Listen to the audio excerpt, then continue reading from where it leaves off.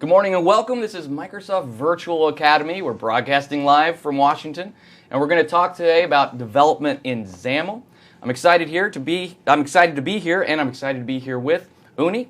Uni, take just a second, introduce yourself, and I'll introduce myself after. Oh, absolutely. I'm Uni Ravindranathan. I'm a program manager lead, and I lead a small team that builds XAML tools and Visual Studio in Blend. Yeah. So, but not just Blend, but also inside Visual Studio and absolutely. all the tooling that we'll talk about today. My name is Jerry Nixon. I go through the deck here. My name is Jerry Nixon. I'm a developer evangelist from Colorado, and I talk to developers, both professional developers and student developers at schools. And just like you who are watching today, we talk about XAML a lot, building on Windows Phone, building on Windows 8, and building on the desktop as well. So today is going to be an exciting day. We have a packed agenda, and it's kind of cool. I want everybody to kind of pay attention to all the different pieces here because the last one is extremely nice. So we'll start by talking about all of the tooling that we provide to XAML developers. And so the first two sessions really walk through the editing experience and the editing tooling given to developers inside Visual Studio. And so there's a developer who is building XAML applications using XAML as a technology. Both Blend is a tool that you'll use and Visual Studio. We don't want to shortchange all the tooling that's there in Visual Studio and some of the new neat features in 2013 as well. And then we'll go into Blend, and we'll have two full sessions of Blend, one before the meal break and then one after. And then we'll go into actually building a store really from scratch. We'll go all the way from soup to nuts, using all the tooling the way it's kind of meant to be, and we'll kind of talk about options that we have as well with different types of data. And then the final one will be just some fun things that Uni and I really like to show, some of the features in the tooling, as well as just some techniques that are sort of cool inside XAML. And after that, we'll take a moment and have a full Q&A that's live. So if you have a question about Visual Studio, you have a question about Blend, you have a question about XAML, you can ask that anytime during the day, and it'll be resolved or answered or kind of triaged by anybody who's on the chat line at the time. But if you have a really core question, save that until the end, bring it to us, and we'll be monitoring the chat and answering it live during that last session as well. So right now, though, let's go on into the first session. And before we do, let me set just a moment of expectation here for whoever the viewers are. And so this is a difficult thing for us to do. We had a little bit of a struggle trying to decide on who the right viewer should be. Is it the beginner developer, or is that well-seasoned developer wanting to use the tooling at a high level? And the reality is it's for both, and it's a difficult thing to do, to talk about this tooling and target a specific audience as well. So if you're a student developer or a new developer to XAML, this is going to feel very comfortable to you. We won't move too quickly, and we won't try not to take concepts for granted. But at the same time, we also won't move too slowly, so that if you're a seasoned developer, you'll have plenty of things to get out of this as well. And one of the neatest things, and I hope it will be one of the things you'll take from it, is the ability to see the tooling used the way it was sort of meant to be used. And so be sure and queue up your questions if you have them, but that's sort of the expectation. If you're an intermediate developer, this is ideal for you, but we should have plenty for everybody at the same time. If you are unfamiliar with C#, this might be a little bit of a struggle. You can program using XAML both with C++, C#, and Visual Basic, but today we'll be focusing solely on C#, and so that way you at least know. Yeah, all right. And the same thing about Windows Store as well. Like, we're going to be doing a lot of demos using Windows Store apps today, particularly targeting Windows 8.1. But that doesn't mean if you're targeting Windows 8 or Windows Phone, WPF, or Silverlight, the same techniques also apply there as well. Right, so we'll be talking about store apps regularly, but all of this applies down. And there'll be some slight variations, and we'll try and touch on those when they actually happen. Again, this is an MVA course, so just for being part of this course, you get our voucher code that it gives you the 50 MVA points for this event. So our voucher code is BLEND, easy enough to remember. I'm not sure if it's case sensitive or not. Let's assume it is. Capital B, everything else is lower. Beautiful. All right, Uni, so let's start thinking about Visual Studio 2013. Hasn't been out all that long. A lot of nice features that were introduced for developers that even just from 2012 to 2013.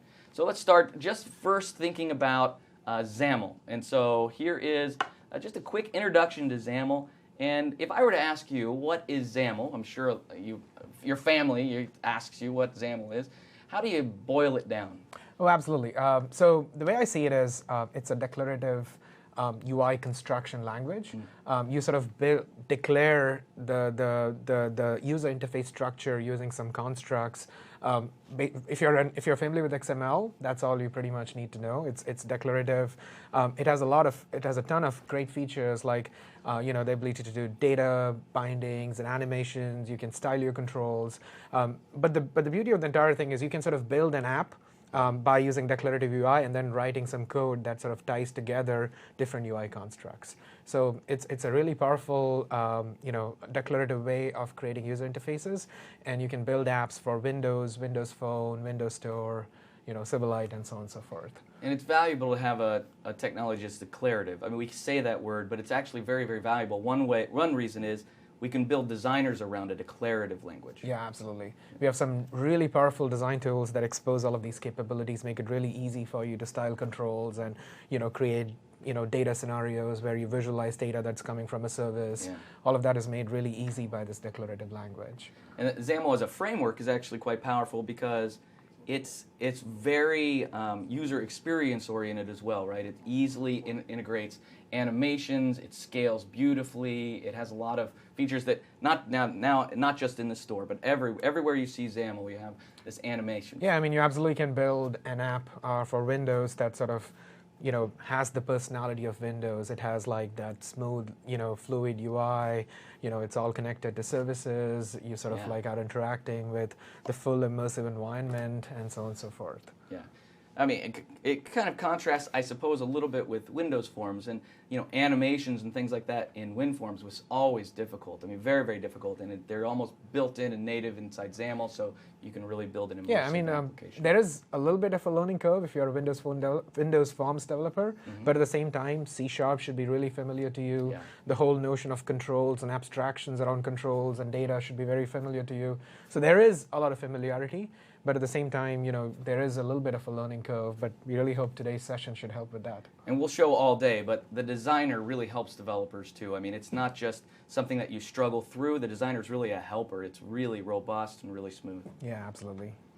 Okay, so I have all kinds of cool things to show. I'm going to open up Visual Studio, and I think let's just walk through and show if I'm a XAML developer, what would be my experience. And so I'll just start up a new project here.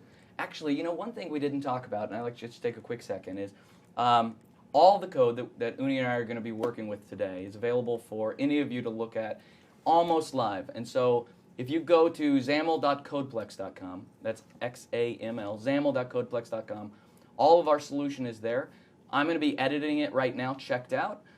Between every session, I'll go ahead and check it in. So all the work that we're doing right now, you can go and get it within an hour of us doing it. So it should be just during the break, I'll check everything in and you can go get it. So I have that solution open right now. I'll start a brand new project. Or no, I won't start a brand new project. I'll open up, let's say, the space project, and we'll make some changes together. Absolutely. All right, so I have my main page here.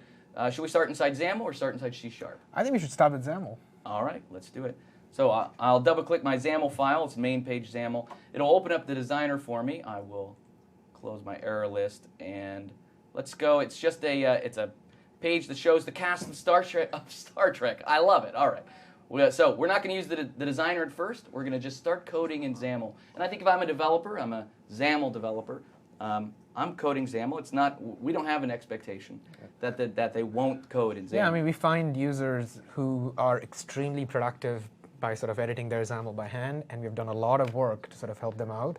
That doesn't mean you must fall back to XAML. We have a very powerful design tool, which we'll cover in a little bit. Yeah. But let's kick off by showing some of the new things we've done for the user who likes to type their XAML. Perfect. All right, so I'm inside, let's say, a grid right here, and what are some of the first things that we can do? I can add another grid inside this grid, and I think if I'm a seasoned developer, one of the things I know is that as I'm typing, I get this autocomplete. I've always had a little bit of this autocomplete, but it's a very particular autocomplete, right? You either type it correctly or you get that XML comment block out, right? That's kind of the result if you don't get anything. but it's a lot more flexible now, right? So now I have, like for example, let's say what I wanted to add was a stack panel, right? If I mistakenly typed stack with a K panel, it still shows up for me, right? It's still very very flexible for me. That's an important improvement, I think, because I type a lot of XAML and I make a lot of mistakes. Yeah, absolutely. And this is an idea that if you have done a lot of C# coding, the C# language service does the same thing, where it sort of tries to do the right thing as far as matching. We try to bring some of those ideas into the XAML editor as well, because we want to sort of maintain that continuity of experiences. Right. It's sort of a fuzzy match. Yep. And sometimes what I might want is, if this was a grid, let's say it was for the background, what I might want to add is like a solid color brush here, right? And what I have this option now in C#, but now I have it here is this camel, so I can say solid color brush, and it'll bring it down, and of course it's farther down in the list, but here's solid color brush, and it's gone through and found everything, not only that matches this camel casing, but also everything that kind of matches whatever the type that belongs inside this property. Absolutely. A lot of nice power there as well. What's something else I can show? If I have sometimes you might nest grids like this, and so each one, there's a lot of different things that I'm looking at, and a developer has come in and said, it's kind of confusing. So this is section 2, and they've done a good job of going in and commenting section 1, 2, and 3, and I go through and I look at it, and I think, now I need to, for the time being, I just need to comment out section 1, 2, or just section 2 and 3. And so to comment those out, I might have nested comments all throughout my XAML, and it becomes really painful because I'll add, if I do this manually, I'll add this at the top, and then I'll go to the bottom, and I'll add this close at the bottom. Of course, that's not valid inside XML, and it's a painful way to do it, but Visual Studio kind of helps us out so we don't have to do it this way. I can select all of it, and I can either use the keystroke. I like the keystroke. Yep. Myself, yeah. Absolutely. I'm a Control EC to add a comment for myself. But I can also use it up in the menu, and I actually don't have the right command bar to show. Oh, it's that. right there. It's right here. Yep. Yeah, you're right. Control EC, it even tells me there. So if I do it, it does everything that I would have needed to have done as a developer. Or you could right-click, and there's a context menu, which is the way I kind of do it as well. I think. Is that right? Or maybe I'm not right. Oh, Okay. through outline. Maybe it's not there. Ah. So, but right-clicking there did show us one interesting thing. I don't have any right now, and you can talk to it, but if I'm right here, ready to code, I could type in any of the controls I want. Of course, I could drag them from the toolbox as well, but some of the things I do, I might want to use snippets for. And we haven't really had snippets. We've had support for snippets using a little third-party controls, or not controls, but third-party extensions to Visual Studio. But now that's built in. We can use snippets right here inside XAML. I can just say right-click, and I can choose 1 or 2. I can, in this case, I'll say the expansion snippet. And here I can select whatever tag I want. But this is just in in fact, let me show it real quick. It's right here, Tools, and it's in the Code Snippet Manager right here. Control-K, Control-B will take me to it. I can drop over to XAML, which was never there before, right? It's really exciting. And then go into this folder. I can add as many snippets as I want. And if I work on a team, I can have this folder be a shared network resource as well, so we can all have snippets as well. So there aren't snippets right here. What's the story with that? So if you go to XAML, I don't know if you can bring up the internet and go to xamlsnippets.codeplex.com. We have shipped a large number of snippets that you could potentially download and install into that folder that you just pointed out. We have some instructions on this site as well.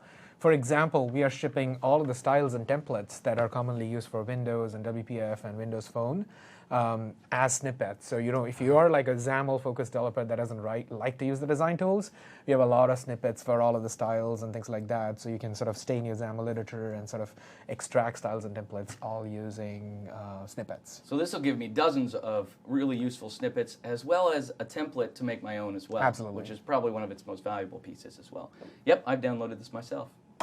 Excellent. Now this is not written by a community partner or anything. This is written by you guys, actually. Absolutely, and we are looking for ideas that people like if they really are missing something and they're sort of finding themselves spending a lot of time typing their XAML.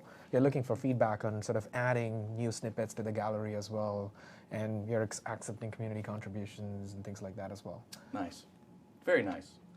That's a big and powerful piece. I think I really like it a lot.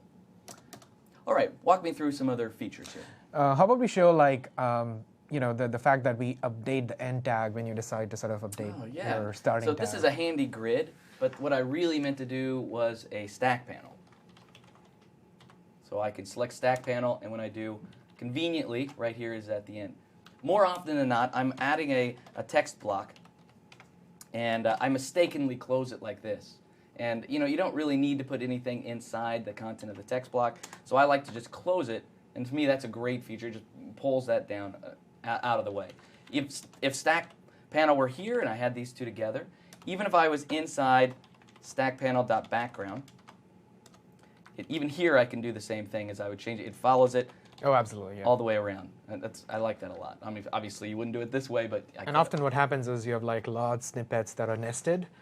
You spend a lot of time like scrolling, finding the closing snippet, and so on and so forth. That's right. So the closing tag is what I meant, and then sort of updating it. We sort of do all that for you now. Yeah, that's really nice. And I just be honest, when I talk to my web developer friends, they had this last version, and it always made me so jealous. I love the fact that we have it now. Beautiful.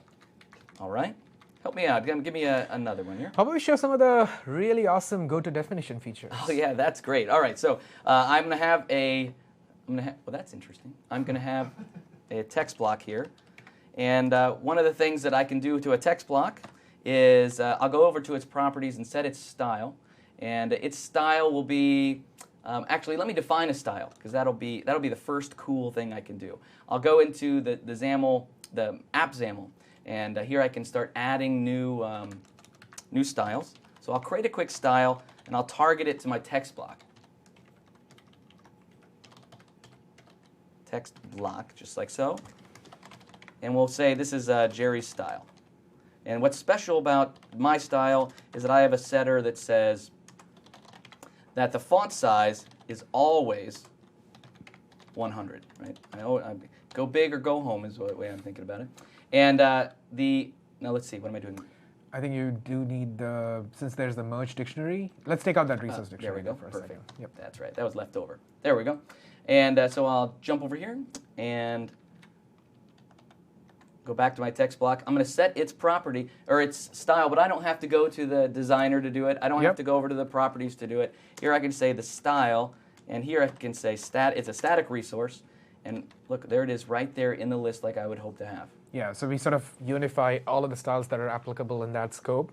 They could be coming from Windows, they could be your own styles, they could be coming from a dictionary that's in scope. We sort of show you the full list, and we filter down to things that are really applicable. In this case, we have sort of only allowed you to apply or view styles that are applicable to text blocks. Right. And hence you're seeing your style, you can apply it right from there. Beautiful. And what's even better is this style, let's say it does come from a dictionary, and maybe it's a linked dictionary, it's far away, I don't really know, maybe I'm new to this project, and I don't really know where the other developers keep all the styles. Finding this style in Visual Studio 2012 was a little spelunking challenge, right? Or you pretty much have to do Control-Shift-F, find everything in the solution, then wade through that, and so on and so forth. Yeah. But now, now we don't have such a thing now. Now it's a single keystroke, that's F12. Yeah, and this one certainly is on the right-click context menu as well. Aha! Let's just do it with the right context menu then. All right, go to definition, and when it does, it'll take me all the way to the correct file and then navigate me to the correct style as well. Yeah. Do you want to create a based on style to sort of show you, like we let you walk the entire tree, which is a very common scenario? Sure, let's do it. I'll create an Uni style. Yeah, exactly. All right. Very good. All right. So we will have based on. Static resource, yep. Yours will be based on mine with one change to it. You always say it needs to be bigger. There we are. Perfect. So I can select now either Jerry style or Uni style. It'll change the font size for me. So I'll say Uni style right there. It fills it in. Now when I hit F12, will it take me to Jerry style or will it take me to Uni style? Uni style. I would hope so, absolutely. There we are. But now this might be defined and based on a resource. And it could be completely in a different dictionary or something like that, right? And just like before, I go here, hit F12, and it'll take me up to this style now, so that's perfect. And so that's just me hitting F12, navigates me to wherever that is. It keeps going up and up and up. So this is just the beginning, right? We're talking about navigating inside XAML declarations, so moving around through all of the assets there. I could do the same thing, though, inside C# assets as well. Oh, absolutely. And Visual Basic assets, and I mean, of course. And so this will, I can, let's see, I can do a quick binding here. So I'll bind it to text, and it's called binding. Now, this list is also slightly different. This list used to be it used to not include all of the items inside my data context. If I wanted to be able to do a quick data binding and know that I was getting the syntax done correctly, I would have to go into the properties of the text box and then click the little value indicator on the right. And in fact, let me just show really quickly. I used to, and I still can, of course. Oh, absolutely, you can. I can go right here, say create binding, and it will do all of the correct filtering for me. I could select, say, this title was what it was going to be. And I say go, and it sets it to title, and I know that I didn't type it correctly. I know that I did get it correct, and I didn't type it incorrectly. By the way, we have a full section on data binding. We'll go into the basics of some of these things in detail. We're going to go quickly right now. But even now, I can say TI, and I can see that title is right there. It knows my data context. It knows all the members of it. In fact, if I hit dot after it, it'll start then diving into that object. If it's a rich, complex object, it'll get all of its nested types. And in this case, it's a string, and it only has a length. But it does allow me to go through all of these pieces like that. That's new and very powerful inside Visual Studio. That keeps you from having to go to the properties dialog unless you just want to. You certainly still can. Oh, absolutely. Do you want to do an F12 on the title? Oh, that's a great idea. So F12, let's go to definition. And where does it take me?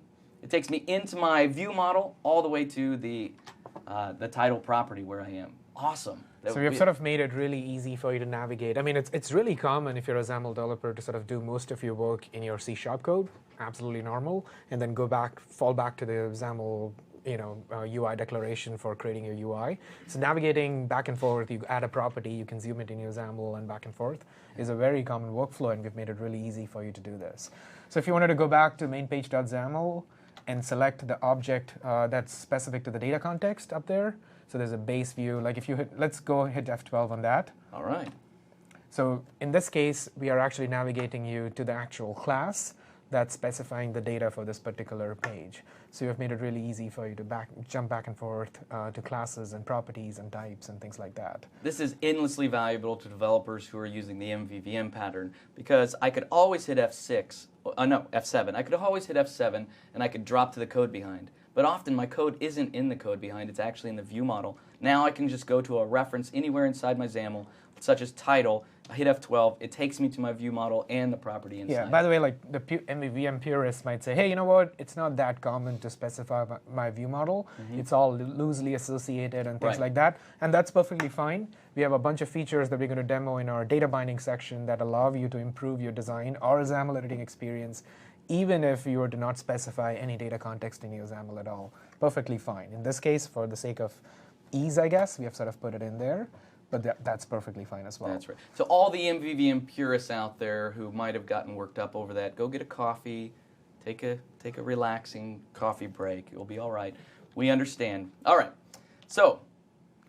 One final thing, Jerry. Do you want to show like F12 to discover documentation about various properties and things like that? Sure.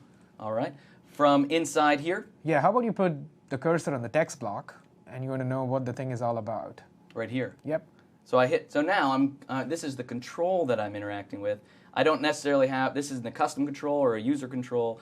This is an actual framework control. I can hit F12 and it takes me into the object browser. Yeah, so for example, if you're consuming a third-party SDK or content from third parties where you actually don't have the source code, and you want to look at various available properties and their documentation. I mean, we pull up documentation from your XML files if you specify them like that. We allow you to navigate to the actual object in the object browser, so you can navigate around and sort of figure out what different properties exist, what they do, and so on and so forth. So we made it really easy for you to do that as well. So it's not just text on a screen anymore. Everything is really aware of what it actually is. So I can jump to a style, I can jump to a class, I can jump to a property, I can jump to an object definition. Yeah. Pretty cool. Yeah, and I'm actually reading some of the questions coming in as well. I'll answer just one of them over here, which is from, I believe it is where can I find information about ViewModel for Windows 8.1 XAML development? I think MVVM is a very popular topic. A lot of experts out there have lots of frameworks and lots of patterns and things like that. There are a lot of, if you just go to Bing and search for XAML MVVM, you'll find a lot of documentation and references and things like that that sort of allow you to sort of read more about, MVVM patterns. That we are not going to be focusing on MVVM today at all. No. But that said, we will allude to this topic every once in a while. We'll probably say view model quite often, though. Yeah. Yeah. We're not going to be sort of teaching you the best practices of building an app or anything like that today, just about yet. Yeah. So when I build an app, often I build the view model business from scratch. A lot of people use third-party libraries, and they're just awesome. They really are well thought out, well done, and there are so many that it just hurts to try and say just one, right? Yep. I wouldn't just say MVVM Lite, because then everybody would think that MVVM Lite was the only good one out there when that's not true. Yep. Perfect. Now there are benefits. I'm a XAML developer. I'm obviously going to be writing XAML by hand like this. Another thing I might be doing is coding in C#. I have a couple cool things that I can do in there that are special as well. Talk to me about those. Yeah, absolutely. So one of the common things that you probably want to do is you essentially have a really complex class that's refactored to sort of have base classes with some implementation there. Yeah. And it's often important for you to quickly jump to the place where the function is defined or the property is defined. Maybe just view the documentation or make a quick edit without losing context of your bigger. Let's say you want to do a quick bug fix to change the value of a constant without actually opening the file and doing edits. In Visual Studio 2013, we have a new feature called Peek, which is really popular. A lot of people like it. Can you demo that feature? Absolutely. So here I am inside, let's just say this is a dreamed up scenario, but here I am inside the setter for title, and I can look at base.orientation, and I want to be able to peek in that. Now, what's the keystroke for peek? It's Alt F12. I mean, Alt F12. So it's just like F12 we were talking before. This is an alternate F12, I suppose. So I hit that, and this pops up right below it. It looks like a little tab. It even has a tab that kind of feels like the tab in the top document well. And I have this option. In fact, I could just quickly throw it up to the well and make it, or not throw it, but yeah, pin absolutely. It's editable, by the way. You don't need to do that. Go ahead and make an edit. Right here? Yep.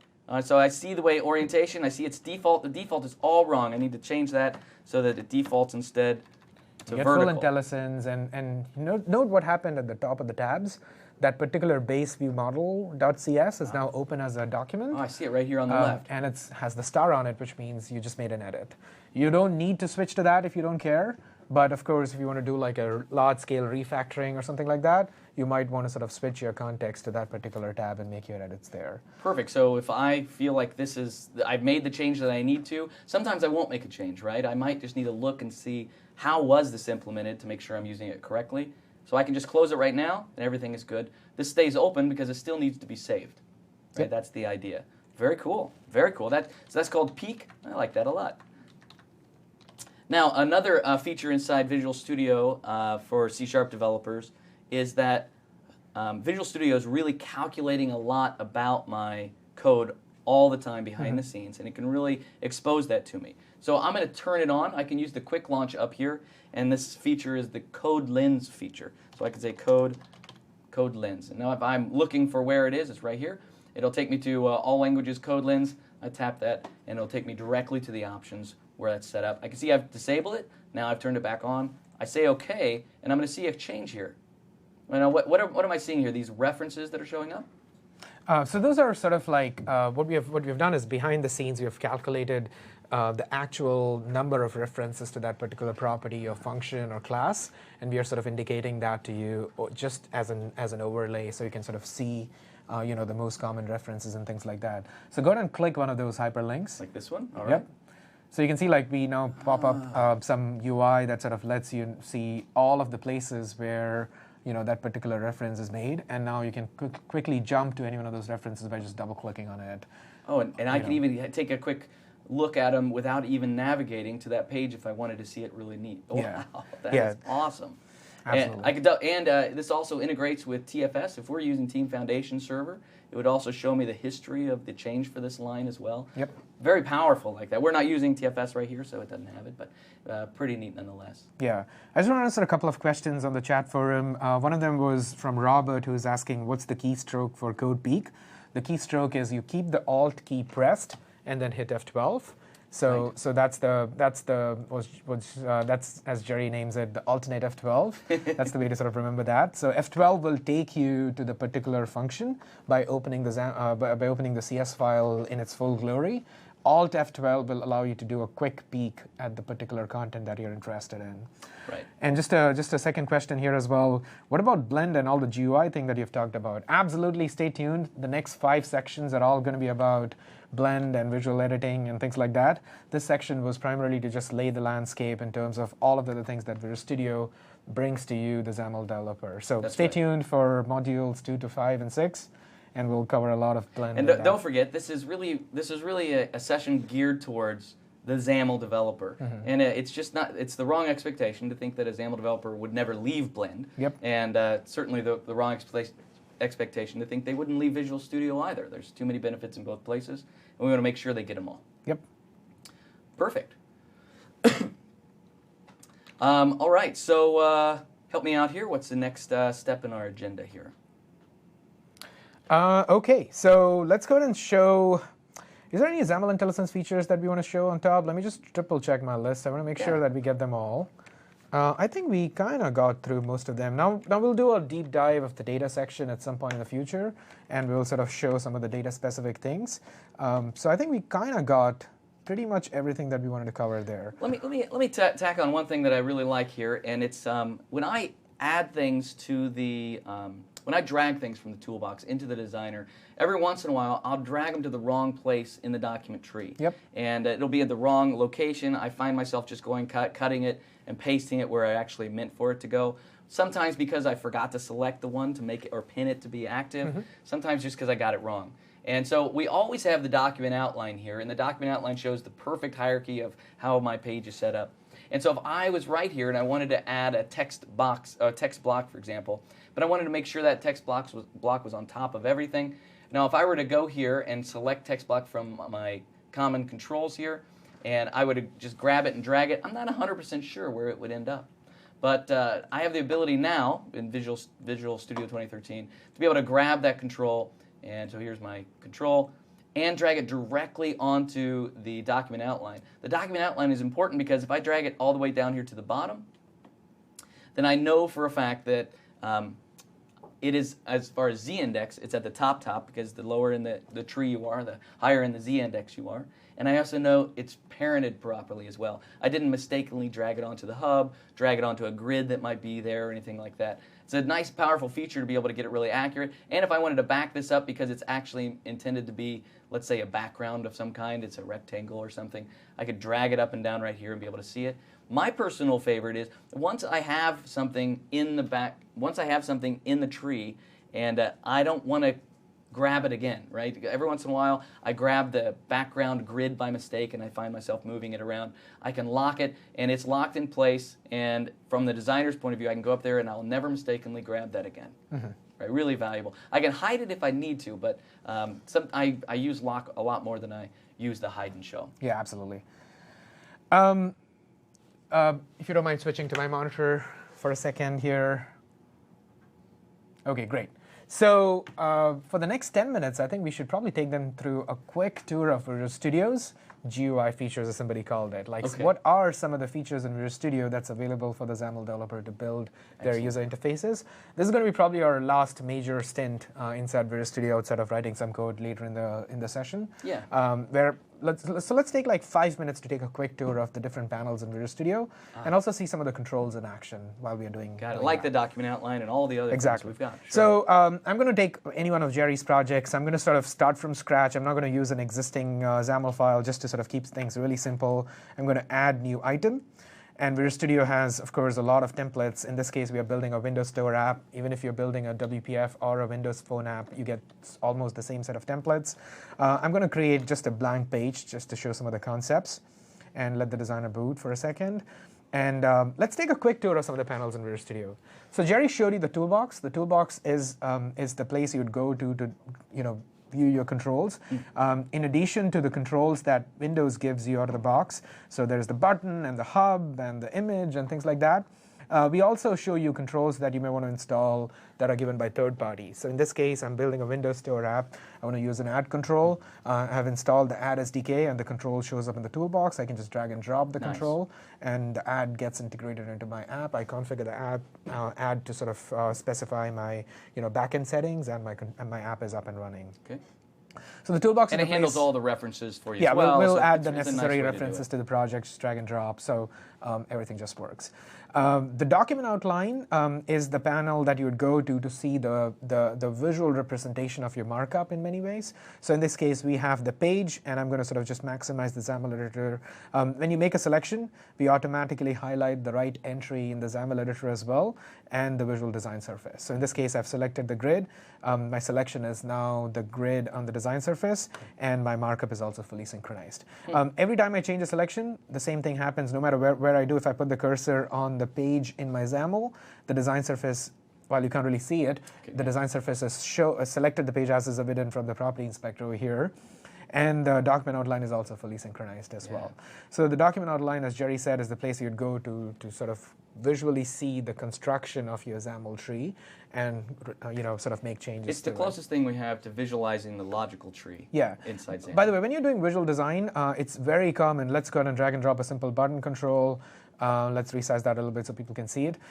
Often, you are sort of, there is occlusion by controls up in the Z order. And you need to just temporarily hide the control so you can work with what's behind. You can go to the document outline and use the hide button over here to visually hide the control. It doesn't mean when you run the app, you'll still have the button. It's not hidden from the running application. It's just hidden in the Visual Designer so you can work with content that's behind the button. So now I can click and select the grid that's behind the button, whereas previously I would not have been able to do it. That's a big deal, especially when you're designing like a pop-up or something like that that's on top of it. And similarly, like we have the notion of locking controls. You want to make sure sometimes that is you're quickly working through your XAML and making changes, you don't accidentally make any changes. And one of the things that's really common is for people to sort of accidentally hit the button or select the button on the design surface and hit the right arrow key as they're typing, and they have suddenly changed their UI unknowingly. So you can go ahead and lock various controls so that now when I select, I don't really select the button. I'm selecting the grid. The button's almost transparent to me in terms of like the selection mechanisms. That's also pretty useful. Now, what if I have, then I see this happen a lot. I'll have sometimes a grid, then I'll have a stack panel. Inside that stack panel, I'll have another grid. Inside that grid, I might have another stack panel. And they all take up the entire space. And I want to be able to select the back grid, let's say. To change the background color, right? It's pretty hard to do that, by sort of using direct selection metaphors. We do have some mechanisms. For example, you can right-click on the control, and you can see the selection, the entire tree that's visible at that mouse click. And you can sort of select. So you're over the button, but it still gives you the option for the grid and the page when you did that. Exactly. Let me do that one more time. I'm right-clicking. Actually, to show this better, let's create two buttons. Right on top of each other, so you have two buttons that are sort of like sort of occluding each other. So there's no way for me to visually select the button in the back. No way. You can see like whenever I'm selecting it, it sort of does. Now the options for selection, I can go to the document outline and select it. But the more common way of doing this would be you right-click on the control, wherever your intention is to go do some selection, and we'll show you all of the controls that are at that particular hit point. Whatever is behind in Z-index will sort of show you, and you can select the control that way as well. So we've done a lot of work to make it easy for you to select and work with controls. Moving on our quick tour of Visual Studio. Well, there was a layout option in that context menu. I think that's a neat option as well. And we'll go into that when we sort of go into Blend and work with some basics of UI construction there. But one of the things you can do is when you sort of visually construct controls, we set a lot of arbitrary properties because we want to sort of match your intent. Exactly, because you're sort of dragging the thing out. We have to do the right things to give you the right visual feedback, but that's not often what you want. You want like a naked tag, a tag that has no other properties on it. That's what we call like a naked tag. So if you want to sort of right-click on the control hit layout and reset all, we clear out all of the properties that are related to layout and just give you like a blank tab now with the it's just a content button. on it. Exactly. Very nice. So we'll again go into some of those more advanced topics in a little bit. Now, going through Visual Studio, we of course have the Visual Design Surface. As you open multiple files, each of them becomes a new tab. Some of the files don't have a visual design surface. For example, if you have a resource dictionary, there is nothing to visualize in terms of content. So if you switch over to the design tab, we kind of give you a message that says, okay, you cannot really edit this in the design view. And by default, we sort of allow you to open the thing in full XAML view. But most files have like a visual design surface as well as the XAML editor. You can change the order. So if you sort of want to horizontally split it or vertically split it, you can do that. You can minimize the XAML editor completely if you don't really care and just want to work with the visual design surface. Or you could just double click on the XAML tab and get like a full screen XAML view of that experience as well, and sort of just toggle back and forth. So you can configure the way the UI that you want it. And finally, like there's the property inspector. The property inspector is where you'd go to, as the name indicates, set properties and view properties. We also have a section for viewing all the event handlers. You can double click on an event handler and we'll generate the event for you as well.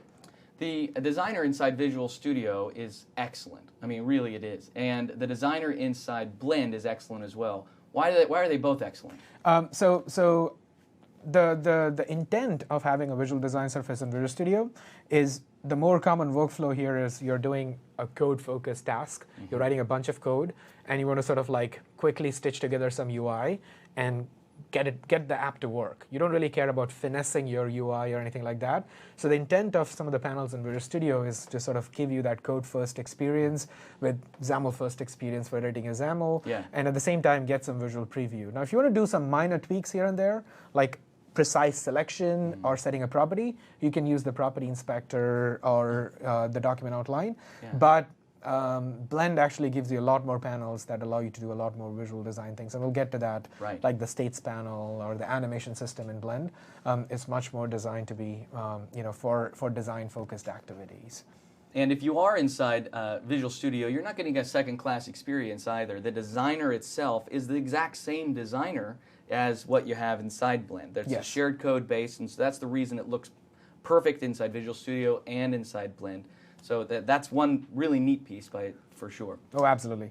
So to sort of end the section, let's go and take a tour of some of the controls that's available for you in Windows Store apps. We will have a section later where you're going to sort of build an app from scratch that puts all of these controls through their, through their paces. So don't worry, the audience on the screen, please don't worry if you don't actually understand the workings of this control, any of these controls. Jerry's going to take you through a much detailed tour. So of course there are the usual suspects. There is the button, or there's the checkbox, or the radio button. So those controls are there as well. But the Windows platform has a number of user experiences that are unique, and we have controls that encapsulate that user experiences. So one of those user experiences is the hub pattern. If you've used Windows 8.1 and the Bing apps, this is pretty common. There's the hero image, and there are multiple sections that the user can sort of pan through. There's a control for that, and you just drag and drop the hub control. Visual Studio and Blend sort of create some starter XAML for you. So we have the header section specified. You can change this to, let's say, call it the movies. And in Visual Studio 8.0, how many times did we go through aligning the header just right? And here's a control that just puts it there where it needs to be. So all you have to do is right-click on the control, go to your layout option, reset all, so you get like full screen experience. The control does all of the right things in terms of encapsulating margins and things like that, so you don't have to worry about all of that. Just by configuring basic properties, you get your hub pattern up and running. One of the misconceptions around the hub control is it is not a data control. It is truly a layout control. It doesn't have an item source or anything like that. It's really meant to have things, a set of curated content laid out in the proper way that it feels excellent in the ecosystem, gives that visual alignment. And by the way, like you can see, like one of the things about Blend is as you're selecting different sections, let's go ahead and add a few more sections so we can sort of see this in action. So what I'm doing is I'm selecting a couple of sections, I'm hitting Control-C, and I'm just hitting Control-V. So I have a whole bunch of sections. Nice. Now, one of the things about the visual design surface in Visual Studio and Blend is as you're selecting different sections, we sort of scroll the section into view so you can visually see what that section is, and you can sort of relate to the content much better, and you can see the design experience requires you to see something. We sort of allow you to do that by scrolling the section. So you could have so many view. sections if they're off the edge, and then all of a sudden you don't really have a visual experience. Yeah, so let me just, by the way, the Visual Design Surface has a zoom setting. You can use the control key and use the mouse wheel to zoom in and out. Nice. If you just use the mouse wheel, we do a scroll gesture, so we sort of scroll the content. But we also have a drop down here to precisely control your scroll value. So in this case, I'm going to select 33% so I can see everything on the design surface. I can hit the space bar key, and I get this icon for sort of panning my content. Very popular, very common gesture if you've used design tools before, and you can precisely. So you use the space bar key. That's correct. Oh, beautiful. So that allows you to sort of precisely position your content where you want it. I love it. And that way you can now sort of make edits to your different sections, and you can select them, see them, and make edits. Is it possible for me to see all of my sections at one time? Absolutely. And I was trying to sort of avoid that topic because that leads us to the device panel. Right. And we're going to go into the details of the device panel at a later point in time. But in the device panel, which is your one-stop shop to see settings that you can apply to your app, that you can simulate at design time. There's an option to control the size of the display that your app is running in. You have a variety of options, right from a 7-inch tablet all the way to like a full screen experience at full HD. So let's go ahead and select a very common like 96 dpi HD resolution configuration. You can see like you can now see more sections. But that's not your question. Your question is how do you see all the sections? All of them, yeah. There's an option in the device panel that says that sort of reads auto. If you select it, you can sort of see every single section in your app. Now, of course, this is not looking pretty because the sections don't really have any content. But as you add content, you can see your entire hub page at a single shot. So as it gets taller and taller, it would grow to show more and more. As it's wider and wider, it grows to show more. And this is my one way to see everything. Yeah, and this is not some nifty trick. Often what happens is you want to sort of synchronize colors across multiple sections and things like that. It'd be really painful for you to select a section, select a color, switch back to the previous section and apply it. If you can see the entire hub at once, you can use tools, the various tools we have. For example, we have, if you go to the background property and change it to some color here, we have the color picker that allows you to sort of select a particular color from another section and so on and so forth. So seeing the entire hub page at once allows you to do some of these things. So let's go ahead and undo some of these things that we just did. And change back to our thing here. Let's see a couple more controls. We are kind of running out of time, so let me just really quickly go over one more control that's really common to Windows apps, which is the app bar. Okay. So the app bar is this place in your app where you see all of your commands, and you can sort of interact with the commands. You can use the swipe up gesture to bring up the app bar and then interact with commands. You have a really good experience for working with the command bar or the app bar control. Wait, I want to pause you just for a second and talk about that. So I see two controls. I see an app bar control and a command bar control. Developers are asking me, what's the difference? Which one should I choose and when? What do you say to them? The app bar control, I see it as a Wild Wild West control. You kind of it allows you to bring some UI into screen, and then you own putting content into that UI. You can put anything in there, right from an app bar button all the way to fancy graphics. So if you want a slider in there or a text box in there, or you just name it, the app bar will take anything. Yeah. And the command bar control, if you're familiar with Windows Phone, it is similar to the Windows Phone app bar control, where there is very little customization possible, but it allows you to hit the 95% of the cases that you sort of want to hit with your app bar. So if I don't have custom controls inside my app bar, my default would be command bar. Yeah, you can of course style your buttons and things like that even in the command bar, but it's a really quick way to create what I'd call a more structured app bar, the one that you commonly see in 95% of apps out there. And where the app bar is just a grid that you throw everything into, an app bar only accepts buttons, but it also has a primary and secondary region that as the user starts making my app more narrow, it starts to pull those out and only shows primary. Those things are all taken care of for you encapsulated into the command bar, so you don't have to worry about how the app bar sort of change their look and feel and things like that. It's all encapsulated for you. If you're writing the app bar control, like you sort of own some of those problems and dealing with those problems as well. Got it. So just to show a quick example of the command bar experience, to create a command bar, you could do a couple of things. You could right-click. If you see the page thing in the document outline, there are a couple of properties that we show here called the top app bar and bottom app bar. An app bar is primarily more commonly found in the bottom of your app, so we're going to use the bottom app bar here. Right. Right-click on the app bar, you can add the command bar through that. Just right like that. Or, like you say, you can drag and drop the command bar from the asset or the toolbox into Different your app. experience, exact same result. Yeah, you get pretty much the command bar tag, right? Now, one of the things about Visual Studio and Blend is when you select the command bar, we sort of expand it for you so you can visually see what you're doing. Now, the command bar itself has two properties on it: primary commands and secondary commands. Primary commands are the ones that usually appear on the right-hand side of the app bar, and secondary commands are the ones that appear on the right-hand side of the left-hand side of the app bar. Got it. So I'm going to right-click on primary commands and add an app bar button. So let me just zoom in a little bit so you can see what's going on. So that's your app bar button. It has this default emoji icon. But we have a rich value editor for configuring, oops, my bad, for all of those icons as well. So if I was a developer and I said I'm never going to use the designer, this is a really good reason to use the designer. That's correct. This value editor right here. Right. So you can select, let's say, the folder icon or something Right. like that, right? So And that's how did we do this before? We had all of the options to choose from standard styles, or we would go into the character map and get it from there, or we would go download one. Right. I mean, it was such Right. a hassle. Here it is. Bam, I'm done. Absolutely. And then you can also do things like adding a separator. So that's your separator. Nice.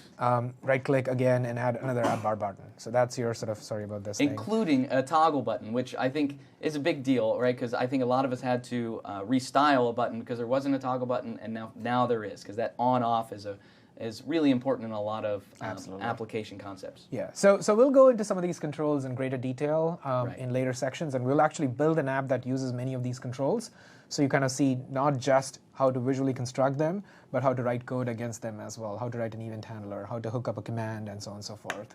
So we'll get to that in a later section. Uni, let's take a 10-minute break. Let Absolutely. everybody go get a drink, and we'll come back in 10 minutes for Module 2, and we'll see you then.